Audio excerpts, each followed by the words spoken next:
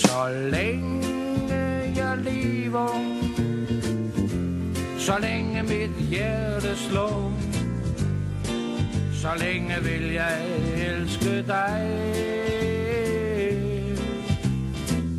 Men du er en rullesten.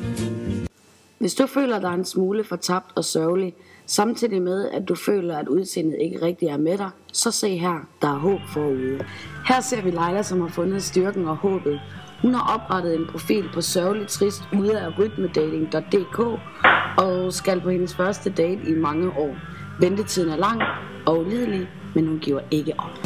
Du har ikke nok i en, derfor må du gå din egen vej.